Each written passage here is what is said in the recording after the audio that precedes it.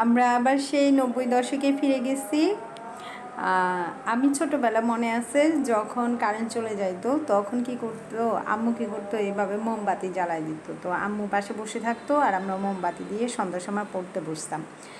তো আসলে আমাদের দিনটা তখন অন্যরকম ছিল, অন্যরকম আনন্দের ছিল। তো আমার কাছে মনে হচ্ছে আজকে আবার যে আমরা আবার সেই পুরনো 90 দশকে ফিরে গেছি। মোমবাতি জ্বালাই, তারপরে এখন আবার ছেলে মেয়েকে পড়াচ্ছি। তো তখন কিন্তু জেনুইন মানুষ তৈরি হইতো, যারা ডাক্তার, ইঞ্জিনিয়ার, উকিল, জজ, ব্যারিস্টার হইতেন।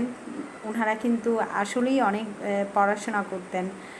কোনো ছিল না, মেকি বা কোনো কি বলে এটাকে, ফলস বা নকল ছিল না। হ্যাঁ, তারা বই পড়ে পড়ে তারপরে হইলো পড়াশোনা মানে করতেন, এবং জেনুইনলি তারা আপনার এই কি বলে এটাকে, মানুষ হইতেন আর কি।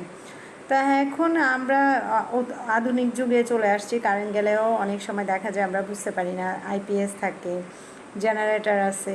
তো সেই জন্য বুঝি না যে আমাদের আইপিএস জেনারেটর থাকা জন্য বুঝি না কখন কারেন্ট যাচ্ছে আসতেছে। তো আজকে অ্যাকচুয়ালি বুঝতে পারছি যে কারেন্ট গেছে, কারণ যেহেতু অলরেডি আমার মোম জ্বালানো লাগছে।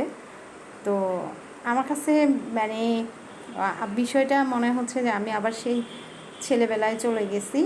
আমি মোম জ্বালাই, আমি পড়তেছি না, আমার ছেলে মেয়েকে পড়াচ্ছি। তো যাই হোক, শুভকামনা। আর আশা করি দ্রুতই এই সমস্যা থেকে আমরা বেরিয়ে আসব, কারেন্টের কমে যাবে, বিদ্যুতের যাতায়াতটা কমে যাবে, খুব শীঘ্রই এইটার সমস্যার সমাধান হবে।